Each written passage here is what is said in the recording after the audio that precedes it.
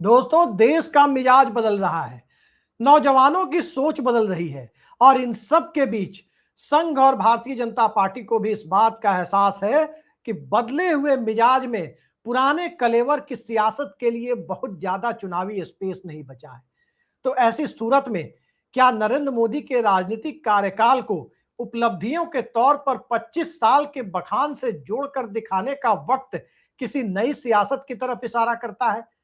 एक ऐसी सियासत की तरफ जिसमें 75 साल के बाद सत्ता छोड़ देनी चाहिए या फिर किसी भी संगठन के प्रमुख का पद छोड़ देना चाहिए।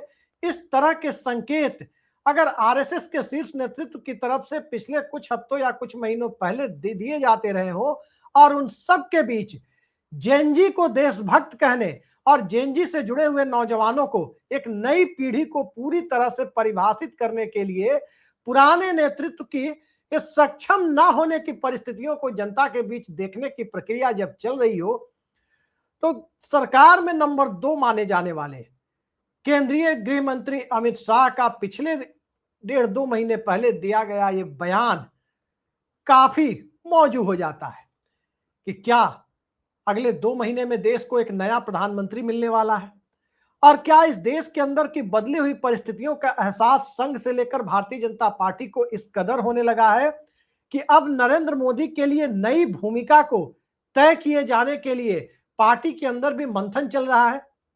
दरअसल नरेंद्र मोदी की उपस्थिति में जून महीने में अमित शाह ने दिल्ली के एक कार्यक्रम में जो बातें कही थी, उन बातों के एक एक शब्द पर गौर करते हुए जरा आप भी सुन लीजिए। इसी वर्ष की 7 अक्टूबर को प्रधानमंत्री जी राज्य के मुख्यमंत्री और प्रधानमंत्री काल के 25 साल पूरे करेंगे। मुझे लगता है लोकतांत्रिक देशों में ऐसा कोई देश नहीं होगा जहां एक व्यक्ति जो गरीब से गरीब परिवार से जन्मकर कोई जाति के आधार पर बगैर, कोई परिवार के बैकग्राउंड के बगैर नीचे से शुरुआत करते हुए देश के सर्वोच्च पद पर पहुंचता है और 25 साल तक राज्य और देश का नेतृत्व करता है। मुझे लगता है कि हम इस सभागार में जो बैठे हैं वो सभी 7 अक्टूबर का मौका भी देश को विश्व में प्रस्थापित करने के लिए, हमारे लोकतंत्र के महिमा मंडन के लिए और हमारे नेतृत्व की शक्ति को दुनिया को परिचय करने के लिए उपयोग करना चाहिए। तो आपने सुना, गृह मंत्री अमित शाह जिस तरीके से प्रधानमंत्री की उपलब्धियों का बखान कर रहे हैं, प्रधानमंत्री के 25 साल के राजनीतिक जीवन, यूं कहें कि एक संवैधानिक प्रमुख या सत्ता में बैठे हुए नेता के तौर पर जो उनका जीवन है, उसका बखान करने की परिस्थितियां जब सामने आ रही है, तो 7 अक्टूबर की जो डेट बताई जा रही है, जिस दिन नरेंद्र मोदी एक संवैधानिक प्रमुख के तौर पर 25 साल पूरे करेंगे, तो आखिर उसको लेकर चर्चाओं का बाजार गर्म क्यों है? 7 अक्टूबर 2001 को गुजरात के मुख्यमंत्री के तौर पर नरेंद्र मोदी ने शपथ ली थी। उसके पहले कभी ना वो पार्षद रहे, न कभी वो विधायक रहे, न कभी वो सांसद रहे, न कभी कोई चुनाव लड़ा, सीधे मुख्यमंत्री बना दिए गए। और 7 अक्टूबर 2001 से लेकर अब 7 अक्टूबर 2026 की तारीख करीब आती जा रही है और उस दरमियान नरेंद्र मोदी की उपलब्धियों को देश और दुनिया को बताने के लिए अमित शाह जब ये कहते हुए नजर आए कि किस तरीके से एक साधारण परिवार में जन्म लेकर नरेंद्र मोदी यहां तक पहुंचे और 25 साल पूरे किए बतौर गुजरात के मुख्यमंत्री भी, जो 2001 से 2014 के मध्य तक रहे और 2014 के मध्य से लेकर अब तक देश के प्रधानमंत्री के तौर पर उनका जो राजनीतिक जीवन रहा, ये चर्चा जब वो करते हुए नजर आए तो बरबस कुछ बातें याद आने लगती है। आप में से कईयों ने देखा होगा कि कोई हेडमास्टर साहब स्कूल में रिटायर होते हैं, कोई कॉलेज के प्रिंसिपल या कोई वाइस चांसलर रिटायर होते हैं, किसी बोर्ड या निगम के अध्यक्ष, एनटीपीसी के चेयरमैन या रेलवे बोर्ड के चेयरमैन, कोई कहीं रिटायर होता है, कोई आईएएस ऑफिसर चीफ सेक्रेटरी या कैबिनेट सेक्रेटरी बनकर रिटायर होता है। उस दरमियान इसी तरह की बातें वहां मौजूद दूसरे लोगों के द्वारा की जाती है कि बतौर डीएम क्या किया, बतौर कमिश्नर क्या किया, बतौर डिपार्टमेंटल सेक्रेटरी या ज्वाइंट सेक्रेटरी क्या क्या काम किया, बतौर चीफ सेक्रेटरी क्या क्या काम किया। ये सारी उपलब्धियों का जिक्र किया जाता है। कमोबेश इसी तरह का जिक्र अमित शाह करते हुए नजर आए। तो क्या इसे माना जाए कि नरेंद्र मोदी के लिए ये सेफ एग्जिट देने का, एक ग्रेसफुल एग्जिट देने का वक्त आ गया है? क्या उनकी एक सम्मानजनक विदाई की भूमिका तैयार की जा रही है? क्योंकि इस भूमिका की तह तक जाने के लिए भारतीय जनता पार्टी के अंतःपुर में चल रही कहानी को देखना भी बड़ा मौजू हो जाता है। अब उत्तर प्रदेश का चुनाव सामने है, एक ऐसा सूबा जिस सूबे के बूते नरेंद्र मोदी ने 280, 282, 303 और 240 इन तीनों आंकड़ों तक पहुंचने में बड़ी सफलता हासिल की। अगर उत्तर प्रदेश 2004 और 2009 की स्थिति में होता तो नरेंद्र मोदी न तो 2014 में सत्ता तक पहुंच पाते, न 2019 में पहुंच पाते, और खराब हालत में भी उत्तर प्रदेश ने ही सबसे ज्यादा लोकसभा सीटें भारतीय जनता पार्टी को दी, 33 सीटें, जितनी कोई और दूसरे राज्य ने नहीं दी। जिसने 240 का आंकड़ा भी बीजेपी को नसीब कराया वो उत्तर प्रदेश ही था। उत्तर प्रदेश का चुनाव फंसा हुआ है। समाजवादी पार्टी ने पिछले लोकसभा चुनाव में ही लीड ले ली थी, इंडिया गठबंधन ने लीड ले ली थी। संविधान बचाओ का नारा और उसके साथ साथ सामाजिक न्याय का नारा जाति जनगणना के कलेवर में और पीडीए के फ्लेवर में जब सामने आने लगा तो भारतीय जनता पार्टी का चुनावी हिंदुत्व यूपी में दरकने लगा।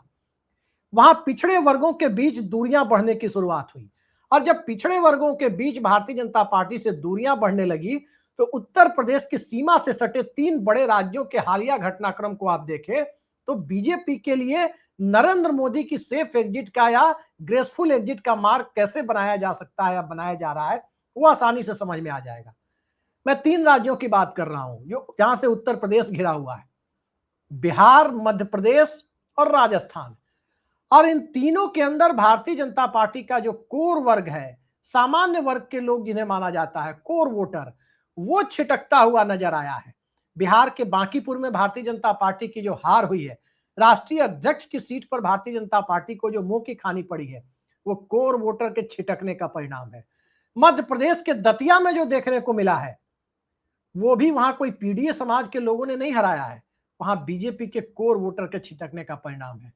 और राजस्थान के अंदर जिस ढंग से आंदोलन हो रहे हैं और जिस ढंग से सामान्य वर्ग की अलग अलग जातियों के लोग भारतीय जनता पार्टी के खिलाफ खड़े हो रहे हैं, चाहे वो यूजीसी का मामला रहा हो, चाहे कोई और मामला रहा हो, जिस ढंग से वहां की परिस्थितियां बनती जा रही है वो उत्तर प्रदेश तक ही नहीं बल्कि उत्तर प्रदेश में पीडीए के नारे के साथ पिछड़े वर्गों के छिटकने के साथ जो शुरुआत हुई वो आस पड़ोस के राज्यों में दूसरे कोर वोटर जो बीजेपी के असली वोटर हैं उनके छिटकने के हालात तक जा पहुंची है। तो ऐसी स्थिति में क्या नरेंद्र मोदी की मास अपील अब पहले की तुलना में काफी कमजोर हो गई है? क्या भारतीय जनता पार्टी के चुनावी हिंदुत्व के कलेवर और तेवर अब ढीले पड़ गए हैं? और क्या संघ परिवार ने जो सोशल इंजीनियरिंग के बूते नरेंद्र मोदी के चेहरे के साथ भारतीय जनता पार्टी को उन वर्गों के बीच पहुंचाने की कोशिश की थी जहां भारतीय जनता पार्टी पोस्ट मंडल एरा में यानी 90 के बाद की राजनीति में खुद को बहुत कामयाब नहीं पा रही थी, वहां जो सफलता मिली थी वहां अब नरेंद्र मोदी का नाम और नरेंद्र मोदी का चेहरा उन वोटरों को भारतीय जनता पार्टी से जोड़े रखने में बहुत सफल नहीं हो पा रहा है। कई सारी परिस्थितियां हैं। बीजेपी को सत्ता में लाने वाला मिलेनियल्स था, यानी 2014 में जब सत्ता मिली तो 1996 तक जन्मी हुई पीढ़ी वोटर हुआ करती थी, वही 18 साल की थी। 19 में भी बहुत बड़ा तबका मिलेनियल्स और जेनेक्स का ही था, यानी 96 से पहले जन्मे हुए लोगों का था। 24 तक हालात बदलने लगे। मंडल और कमंडल की सियासत के बाद जन्मे हुए लोग सोशल मीडिया और 1 GB डेटा के जमाने में होश संभालने वाले लोग, एक क्लिक पर तमाम सूचनाओं को अपने स्मार्टफोन के माध्यम से, अपने गैजेट्स के माध्यम से अपने पास करने वाले लोग जब समाज का नैरेटिव बदलने वाली नई परिस्थितियों में खुद को इस देश के भीतर अपनी भूमिका से निराश होते हुए दिखे, अपने लिए उम्मीद की किरण जब उन्हें दिखाई नहीं देने लगी, चाहे किसान के रूप में हो, चाहे एक नौजवान के रूप में हो, पेपर लीक या अग्निवीर या रेलवे एनटीपीसी का मुद्दा हो, चाहे पब्लिक सर्विस कमीशन का मुद्दा अलग अलग राज्यों का हो, और चाहे इसमें सामाजिक न्याय के मुद्दे को भी अगर हम जोड़कर देखें या आदिवासी समाज के या दलित समाज के मुद्दों को भी जोड़ करके देखें, तो कई सारी चीजें जो चुनावी हिंदुत्व के दरकने की पृष्ठभूमि को तैयार कर रही थी, उस दरक रही पृष्ठभूमि के बीच अब नरेंद्र मोदी के चेहरे से आगे भारतीय जनता पार्टी को देखने की जरूरत क्या महसूस हो रही है? गृह मंत्री अमित शाह के बयान को, जो बयान अभी आपने सुना था, उस बयान पर यदि एक एक शब्द को डिकोड करने की तरफ बढ़े तो ये 25 साल सत्ता में रहते हुए जो नरेंद्र मोदी ने बिताए हैं, उन 25 सालों के अवलोकन की नौबत यदि मौजूदा दौर में नरेंद्र मोदी के प्रशस्ति गान के रूप में आती है, तो ये प्रशस्ति गान क्या उसी तरह का नहीं है जिस तरह से एक लंबा करियर बिताने वाले क्रिकेटर की क्रिकेट के मैदान से विदाई होती है? क्या उसी तरह की भूमिका तैयार नहीं की जा रही है? अब इसमें कुछ और परिस्थितियां आकर के जुड़ती है। आखिर क्या कारण था कि बंगाल चुनाव के तत्काल बाद से कहा जा रहा था कि कैबिनेट का विस्तार बहुत जल्द होगा, वो अब तक नहीं हुआ। मॉनसून सत्र भी बीत गया, लेकिन कैबिनेट कार्य सफल नहीं हुआ। शिक्षा मंत्री का इस्तीफा भी हो गया, कई सारे मंत्री पद खाली पड़े हैं। आमतौर पर जो नरेंद्र मोदी 2 साल के बाद कैबिनेट का विस्तार करते हैं या फेरबदल करते हैं, वो हुआ नहीं, और इन सब के बीच जेएनजी आंदोलन शुरू हो गया। जेएनजी आंदोलन के दौर में पहला संसद सत्र जिसमें विपक्ष पूरी तरह से एजेंडा सेट करता हुआ नजर आया, वो नरेंद्र मोदी के 12 साल के कार्यकाल में पहला पार्लियामेंट सेशन बना, 2026 का मॉनसून सेशन, जो अभी 13 अगस्त को खत्म हुआ है। यानी विपक्ष लीड लेता हुआ नजर आया। Rahul Gandhi shadow prime minister, जो कहा जाता है कि ब्रिटेन के मॉडल में या संसदीय व्यवस्था में विपक्ष के नेता के लिए जो आमतौर पर शब्द इस्तेमाल किया जाता है, शैडो प्राइम मिनिस्टर, छाया प्रधानमंत्री, उस भूमिका में राहुल गांधी दिखाई देने लगे। और नौजवानों के साथ भारतीय जनता पार्टी और उसके चुनावी हिंदुत्व का जो कनेक्ट टूटता हुआ नजर आया, उसके बीच क्या नरेंद्र मोदी ने भी राइटिंग ऑन द वॉल या दीवार पर लिखी हुई इबारत को पढ़ लिया? ये सवाल बड़ा है। याद रखिए, नरेंद्र मोदी ने अपने चुनावी जीवन में कभी हार का सामना नहीं किया था। गुजरात में 3 चुनाव उनके मुख्यमंत्री रहते हुए 2002, 2007 और 2012। प्रधानमंत्री के तौर पर भी या पीएम कैंडिडेट बनने के बाद 3 लोकसभा चुनाव का भी नरेंद्र मोदी ने सामना किया। 2 में तो ठीक ठाक नंबर से पास हो गए, अकेले दम बहुमत लेकर आ गए। लेकिन जो तीसरा नजारा सामने दिखा 2024 में, वो नजारा 400 पार के नारे को बहुमत से 32 सीट नीचे सिमटाकर बीजेपी को चला गया।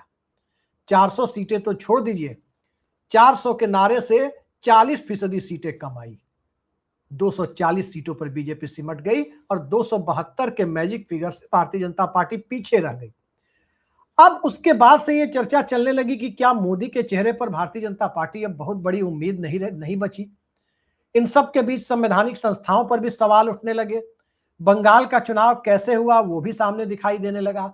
बिहार में किस ढंग से बिहार चुनाव नीतीश कुमार के चेहरे पर लड़ने के बाद सत्ता हस्तांतरण हुआ वो भी लोगों को दिखाई देने लगा।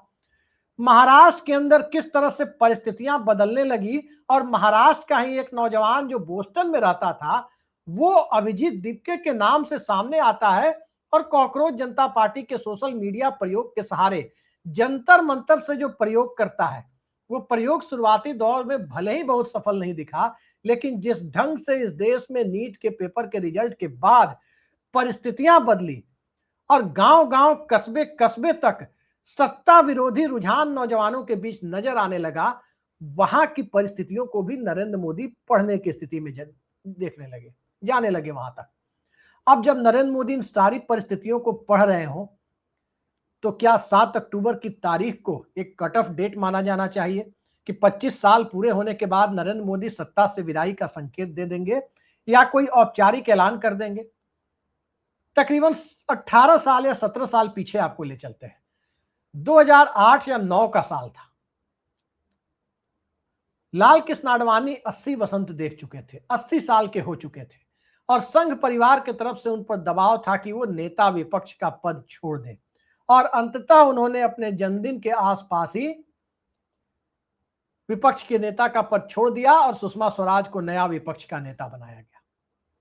लेकिन वही भारतीय जनता पार्टी जब नरेंद्र मोदी के दौर में आई, तो दौर में आते आते 2014 में मार्गदर्शक मंडल बना। 75 पार के वरिष्ठ नेताओं को उस मार्गदर्शक मंडल में भेजा गया और उस मार्गदर्शक मंडल की न तो आज तक कोई बैठक हुई, न उसकी जरूरत समझी गई। यूं कहें कि बीजेपी के अंदर एक रिटायरिंग होम बना दिया गया। लेकिन रिटायरिंग होम की परिस्थितियों में चुनाव हार कर जाना, रिटायरिंग होम की परिस्थितियों में उत्तर प्रदेश जैसे बड़े राज्य का चुनाव गंवा कर जाना, रिटायरिंग होम की परिस्थितियों में जेन जी और जेन अल्फा के बीच राजनीतिक तौर पर अलोकप्रियता के तमगे के साथ जाना, इन सब चीजों के लिए शायद नरेंद्र मोदी तैयार नहीं हो। मैं कतई ये नहीं कह रहा कि नरेंद्र मोदी 7 अक्टूबर को इस्तीफा दे ही देंगे, कतई नहीं कह रहा, लेकिन 7 अक्टूबर को 25 बसंत, सत्ता में 25 बसंत या 25 साल पूरे करने के बाद उनके सामने ये परिस्थितियां अब जरूर खड़ी हो गई है कि मौजूदा दौर में देश को नया नेतृत्व चाहिए। जिस पीढ़ी ने नरेंद्र मोदी को प्रधानमंत्री चुना, उस पीढ़ी के सामने इस देश में आइकॉन की कमी नहीं थी। शाहरुख खान से सानिया मिर्जा तक और सचिन तेंदुलकर से अब्दुल कलाम तक आइकॉन की कमी इस देश में नौजवानों के सामने नहीं थी। लेकिन गोदी मीडिया के सहारे इस देश में 2014 के बाद एक आइकॉन थोपने की जो कोशिशें हुई कि हर फील्ड में सिर्फ एक आइकॉन है, आज किसी को नहीं पता होगा। आम जनता की बात कर रहा हूं, कंपटीशन की तैयारी करने वालों को छोड़ दीजिए, जो आम जनता है किसी को नहीं पता होगा इसरो के चीफ कौन है, किसी को नहीं पता होगा इस देश के 4 बड़े वैज्ञानिकों का नाम क्या है। कलाम साहब जैसी छवि किसी की बनी नहीं होगी। किसी ने सचिन तेंदुलकर या शाहरुख खान या सानिया मिर्जा जैसी लोकप्रियता का अनुभव कम से कम गोदी मीडिया के उद्भव काल में चरमोत्कर्ष के दौर में महसूस नहीं किया होगा, क्योंकि गोदी मीडिया ने इस देश पर एक आइकॉन थोप दिया था। एक ऐसा आइकॉन जो परीक्षा पर चर्चा भी कर सकता है, एक ऐसा आइकॉन जो चंद्रयान जब उतरता है उसके बाद वैज्ञानिकों की टीम को पीछे कर तिरंगा लहराते हुए सामने भी आ सकता है। एक ऐसा आइकॉन जिसको लेकर टीवी चैनलों के थंबनेल भी बन सकते हैं कि मोदी जिताएंगे वर्ल्ड कप। सब कुछ एक व्यक्ति में समाहित कर देने की कवायद, और उस कवायद के बीच इस देश के अंदर जो नई पीढ़ी खड़ी हो गई, उस नई पीढ़ी ने उस आइकॉन पे भरोसा जताना बंद कर दिया, क्योंकि वो रोजगार चाह रही थी, वो अच्छी शिक्षा व्यवस्था चाह रही थी, वह सर्विस सेक्टर से लेकर इंडस्ट्रियल सेक्टर तक इस देश में डूबते हुए देखकर व्यथित हो चली थी। और वही पीढ़ी पूरी दुनिया के सामने भारत के मेक इन इंडिया से लेकर स्टार्टअप इंडिया और स्टैंड अप इंडिया के नारे को बिखरते हुए अपनी आंखों के सामने देख रही थी। लिहाजा पेपर लीक का एक छोटा मुद्दा ही सही या उसे बड़ा मुद्दा भी मान ले, उसके सहारे उसने सड़क पर उतरने में देर नहीं। किसानों के आंदोलन में मिडिल क्लास का समर्थन उस तरह से नहीं मिला, लेकिन जेएनजी के सवाल पर मध्य वर्ग इस रूप में सामने आया कि सोशल मीडिया से लेकर गांव देहात की चौपाल तक जेएनजी और जेन अल्फा के मुद्दे विमर्श को बदलते हुए नजर आए। और विमर्श की परिस्थितियां जब बदलती हुई नजर आई, तब नरेंद्र मोदी से लेकर भारतीय जनता पार्टी के अंतःपुर में जो खेल चल रहा है, वहां तक भी परिस्थितियां बदलने लगी। आज से कुछ दिनों पहले ये चर्चा चल रही थी, खासकर बंगाल चुनाव के बाद, कि केंद्र में एक उप प्रधानमंत्री की नियुक्ति हो सकती है, अमित शाह उप प्रधानमंत्री बनाए जा सकते हैं। इस तरह की बातें भी हो रही थी। इस तरह की बातें भी हो रही थी कि भारतीय जनता पार्टी के अंदर कुछ मुख्यमंत्रियों को बदला जा सकता है, दिल्ली लाया जा सकता है। देवेंद्र फडणवीस की चर्चा उसमें सबसे तेज थी। लेकिन जैसा मैंने पहले भी आपको एक वीडियो में बताया था कि क्या मिजाज है कि जब भी बंगाल में सत्ता परिवर्तन होता है, बंगाल की सत्ता में बैठने वाले लोग या उनके गठबंधन साझीदार दिल्ली में असहज होना शुरू हो जाते हैं। 2011 में भी यही हुआ था। 2011 में भी ममता बनर्जी और कांग्रेस के गठबंधन ने 34 सालों के कम्युनिस्ट पार्टियों के शासन का खात्मा कर सत्ता हासिल की थी। कायदे से दिल्ली में कांग्रेस को कंफर्टेबल होना चाहिए था, कंफर्ट जोन में होना चाहिए था, लेकिन हालात पलट गए। कुछ ही हफ्तों के भीतर अन्ना आंदोलन शुरू हुआ, और अन्ना आंदोलन शुरू होने के साथ ही इस देश के भीतर कांग्रेस कब चुनाव हारे, कैसे सत्ता छोड़े, जनता इसका बेसब्री से इंतजार करने लगी। तब भी 3 साल बचे हुए थे लोकसभा चुनाव में, 11 से 14। आज भी वही परिस्थितियां हैं। बंगाल चुनाव हुआ, भारतीय जनता पार्टी के एक छत्र राज की बुनियाद बनी, और इन सब के बीच भारतीय जनता पार्टी का सिंहासन डोलता हुआ नजर आया, वोट बैंक दरकता हुआ नजर आया, हिंदुत्व का चुनावी नैरेटिव हिलता हुआ नजर आया, और भारतीय जनता पार्टी और संघ की जो सोशल इंजीनियरिंग थी उसमें दरार होती हुई नजर आने लगी। लेकिन उस दरार को पाटने के लिए स्वाभाविक है कि हर पीढ़ी अपने भीतर से एक नया नेता, एक नए विचार और एक नई परिस्थितियों को देखना चाहती है। भारतीय जनता पार्टी और संघ परिवार इस मामले में बहुत आगे माने जाते रहे। इसी भारतीय जनता पार्टी के भीतर जो हालात थे, अटल बिहारी वाजपेयी प्रधानमंत्री पद छोड़ चुके थे और उसके बाद वो मनाली में बैठकर नरेंद्र मोदी को मुख्यमंत्री पद से हटाए जाने की एक तरह से मांग कर रहे थे। संघ परिवार ने उनकी एक नहीं सुनी, नरेंद्र मोदी मुख्यमंत्री पद से नहीं हटाए गए। जबकि वही अटल बिहारी वाजपेयी, हालात ये थे कि अटल जी को छींक आ जाए तो भाजपा से लेकर संघ तक खलबली मच जाती थी। सत्ता और सत्ता के साथ जब व्यक्तिगत करिश्मा कमजोर पड़ता है तो हर तरह से, और खासकर संघ परिवार में और बीजेपी के भीतर, नए चेहरे की तरफ जाने की परिस्थितियां पैदा होती। 2009 का चुनाव लाल कृष्ण आडवाणी के चेहरे पर बीजेपी क्या हारी, गोवा से आने वाले एक बड़े नेता जो अब दिवंगत हैं, उन्होंने लाल कृष्ण आडवाणी के लिए सड़ा अचार जैसे शब्दों का प्रयोग कर दिया था। ये वही भारतीय जनता पार्टी है। तो जिन लाल कृष्ण आडवाणी ने बीजेपी को जमीन से लेकर आसमान तक पहुंचाया, जब उनके लिए इस तरह की शब्दावली का प्रयोग किया जा सकता है, तो नरेंद्र मोदी और अमित शाह तो भारतीय जनता पार्टी के ताकतवर होने के दौर में आए, उसके बाद आए। और अब जब नरेंद्र मोदी के प्रशस्ति गान की परिस्थितियां पैदा हो रही है, उन प्रशस्ति गान के बीच हमें 7 अक्टूबर का इंतजार करना चाहिए।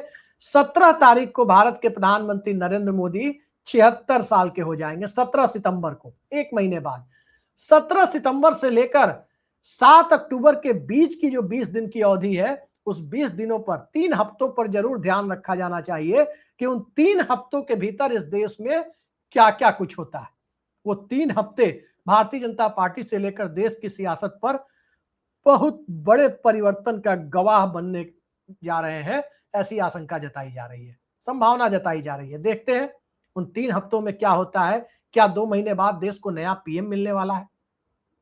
क्या भारतीय जनता पार्टी में नरेंद्र मोदी के बाद के लिए, नई पीढ़ी के लिए रास्ता तैयार किया जा रहा है? बीजेपी की राष्ट्रीय कार्यकारिणी के बारे में हर हफ्ते, हर 2 हफ्ते के बाद खबर आती है कि अब 2-4 दिन में नितिन नवीन की नई टीम सामने आ जाएगी। वो टीम अब तक, इस वीडियो को जिस वक्त तक मैं रिकॉर्ड कर रहा हूं, नितिन नवीन के राष्ट्रीय अध्यक्ष बनने के तकरीबन 5-6 महीने बाद तक अब तक नहीं आई। तो अब देखते हैं अब बचे हुए समय में क्या क्या सामने आता है। थोड़ा इंतजार कीजिए। दिल्ली के अंदर हवा का रुख तेजी से बदलने लगा है। दिल्ली के अंदर ही नहीं, देश के अंदर भी हवा का रुख तेजी से बदलने लगा है, और बदलती हुई हवा को नरेंद्र मोदी और भारतीय जनता पार्टी भी भांप रहे हैं।